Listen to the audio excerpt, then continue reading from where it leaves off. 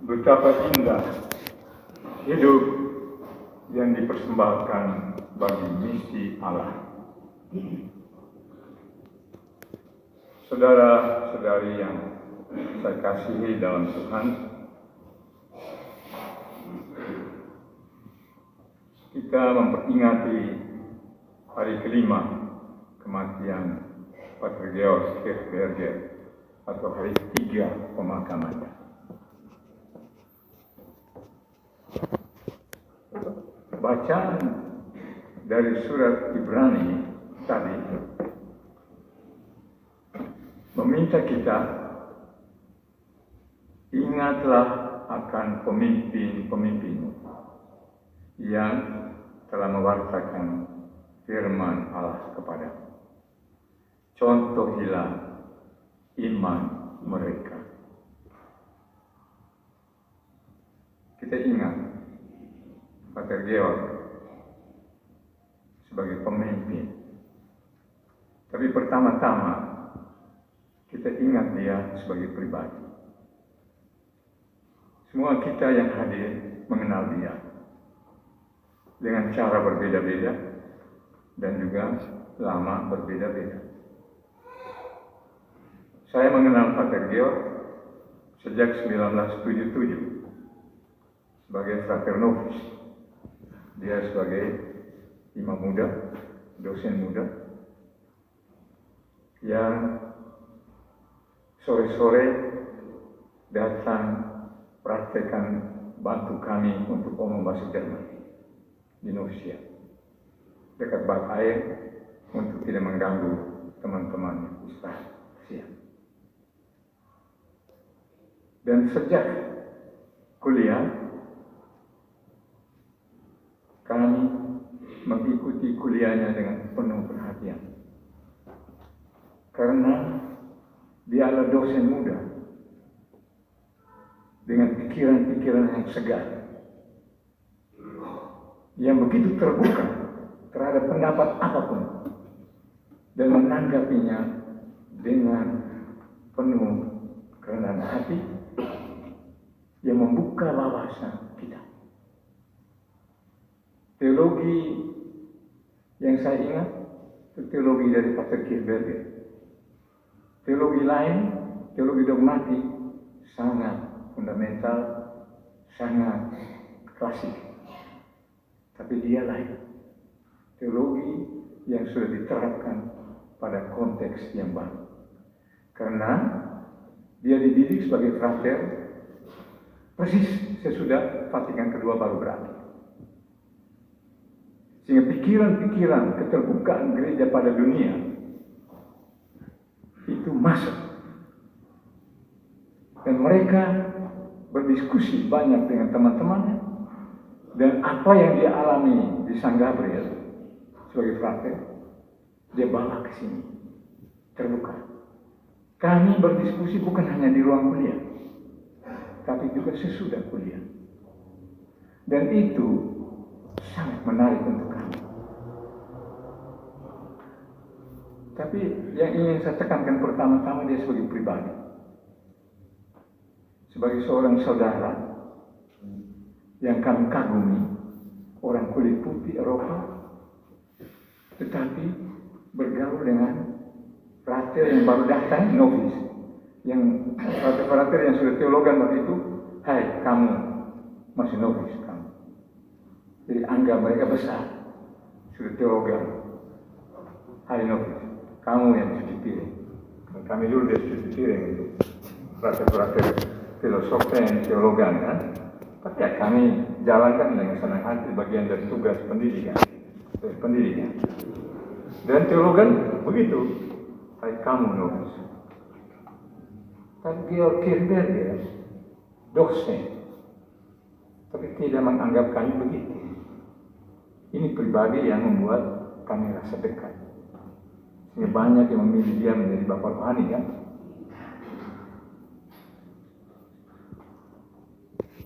Dan yang kedua, yang hendaknya kita ingat dari Pater Georg Kirchberger, yaitu dia sebagai guru. Dia dosen muda yang hebat, sampai tua, sampai sudah pensiun juga masih diminta terus untuk dosen. Sampai dia bilang, tidak, saya cukup, supaya kamu kirim yang muda-muda untuk jadi dosen. Dia bukan hanya dosen, yang lebih tepat untuk dia itu guru. Dan guru, itu jenis guru zaman dulu, bukan guru zaman sekarang. Guru zaman sekarang hanya di sekolah kan, dosen juga hanya jam kuliahnya dia ke sana. Kecuali universitas membuat aturan selama jam kuliah dia harus ada di kampus. Kalau tidak, nanti jam kuliah dia datang. Itu dosen. Pastor Kierkegaard bukan hanya dosen, dia guru. Seorang guru itu seperti dalam Injil tadi kan, dia makan bersama mereka, bahkan dia melayani mereka. Pelayanannya itu guru. Guru hidup bersama murid. Beda dengan dosen dan guru zaman sekarang. Guru pulang ke rumah selesai dia memasak. Dia dosen tapi lebih sebagai guru. Hidup bersama para mahasiswa praktek. Kita dengar ketika dia menjadi pembina untuk mahasiswa awam di Wisma Thomas Morus di Bali, dia hidup bersama mereka. Ketika dia jadi prefek kami, dia makan bersama kami. Itu guru. Fungsi yang lebih tepat untuk komunitas Lelero sebenarnya fungsi dosen dan prefek. Itu guru. Kalau dia hanya dosen. Dan ini Pastor Georg Kierkegaard tunjukkan.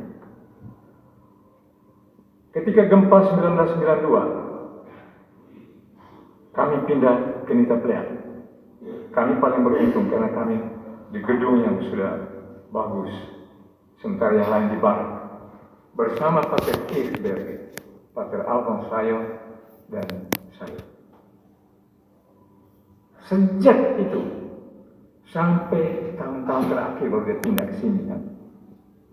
Dia berada di Nita Pleak bersama para praktek. Dia berdoa bersama para praktek, merayakan Ekaristi bersama para praktek, makan bersama para praktek, makanan yang praktek makan. Itu guru. Dia memberikan teladan. Prefek ganti-ganti itu prefek Nita Pleak. Mulai dari saya, sudah itu selanjutnya sudah banyak sekali. Tapi guru tetap yang sama ada di sana. Guru Georg Kierkegaard. Dan karena itu dia berwibawa. Dia mempunyai kewibawaan moral. Dan terakhir melihat dia dengan penuh hormat tanpa takut. Itu pemimpin. Pemimpin yang hanya karena jabatan itu akan menggunakan kuasa. Tapi pemimpin karena integritas kepribadian, karena kualitas, dia mempunyai kewibawaan moral yang kuat dan menjadi teladan seperti Yesus dalam Injil tadi. Itu guru kita, bukan hanya guru para praktek, guru saya, pembimbing rohani saya. Dia pemimpin gaya Yesus Kristus, pemimpin yang mengenal persis kesulitan para muridnya dan menanggapinya. Dia datang sebagai misionaris, tapi tugas yang diberikannya kepada dia guru, dosen. Pater Anton Kapler, Pater Hans Weritz yang sekarang hadirin kita, mereka datang sebagai misionaris, memberi seluruh hidup mereka untuk misi Allah. Tapi mereka sebagai pastor paroki. Pastor Georg Kirchberger sebagai dosen, tapi dia mengubah dosen itu menjadi guru. Dan Lederer dengan kematian Pastor Kirchberger, kita kehilangan besar. Terjadi perubahan sangat mendasar di Lederer ini. Yang awalnya semua dosen dari Eropa kulit putih. Dengan meninggalnya Pastor Georg Kirchberger, tidak ada lagi dosen dari Eropa. Dan mahasiswa kehilangan model. Kami beruntung, karena banyak dosen kami dari Eropa. Dan sudah ada dosen Indonesia. Sehingga kami punya model-model yang berbeda. Dan kami memilih model siapa yang kami mau ikuti. Dan model yang kami ikuti jelas. Orang seperti Pastor Georg Kirchberger. Karena kualitas saja. Yang dosen, tapi tidak menunjukkan dirinya dosen. Sehingga mahasiswa dekat. Sehingga ketika orang Kopertis dari Surabaya, dulu kita dibawa Kopertis 6 Surabaya. Orang Kopertis datang untuk mengawasi ujian, makan bersama dengan para pastor di kamar makan lama. Mereka perhatikan, kami bergaul biasa sekali dengan dosen-dosen ini. Pastor Georg Kirchberger, Paul Klein, dosen-dosen lain, Pastor ini Flosweg. Semua kami omong begitu sebagai saudara, kan? Sebagai kakak. Dan mereka heran. Hai, kami tidak mungkin. Kami tidak mungkin. Itu guru. Orang bisa bertanya, bukan hanya di ruang kelas, bukan hanya di tempat kuliah, tapi di luar, dan dia layan. Dan di atas tugas guru, Pastor Georg Kirchberger adalah misionaris penuh, misionaris 100%, yang mempersembahkan seluruh hidupnya bagi misi Allah di sini.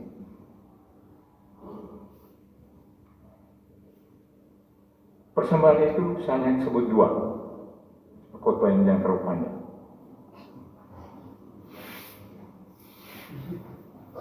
Persembahan yang pertama, pelayanan.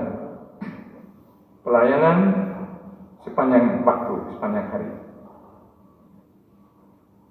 Kita bertemu Pastor Georg, kita tidak perhitungkan jam.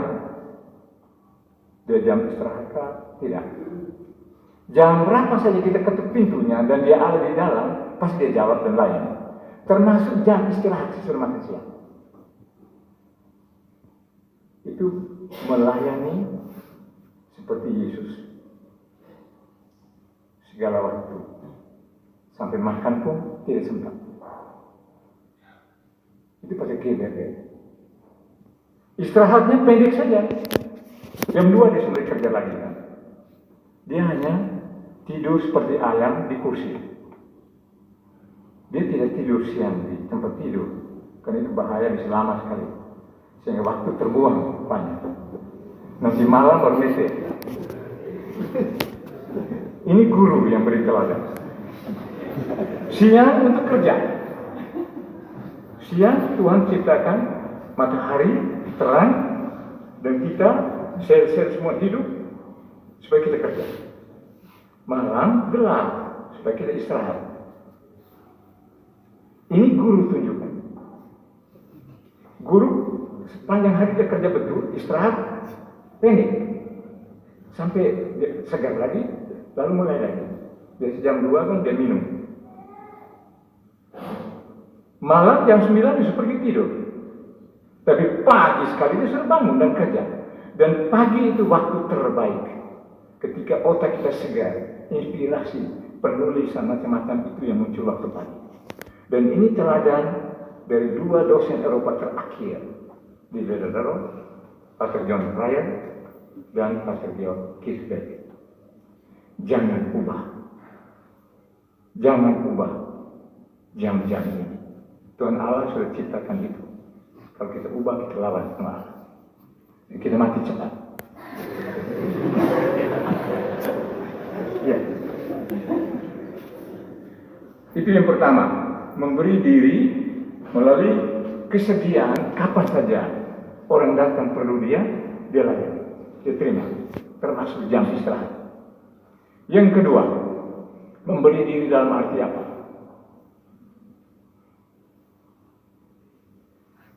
Waktunya diberikan seluruhnya untuk tugas pokoknya. Orang yang menyiapkan segala sesuatu dengan baik, kuliah-kuliahnya, sangat bekerja betul, profesional di bidang, ahli teologi, ahli. Saudara-saudari, mari kita pada sore hari ini, malam ini, ingat pemimpin kita yang mewartakan sabda Allah kepada kita dari Eropa. Dan mungkin misionaris Eropa terakhir. Tugas kita melanjutkan pewartaan iman itu, kesaksian iman Kristiani dalam pola hidup yang dipersembahkan untuk Tuhan dan misi yang dipercayakannya kepada kita. Tuhan yang memanggil kita dan mengutus kita. Tuhan akan menyertai kita kalau kita mengikuti kehendaknya dan teladan orang-orang yang membawa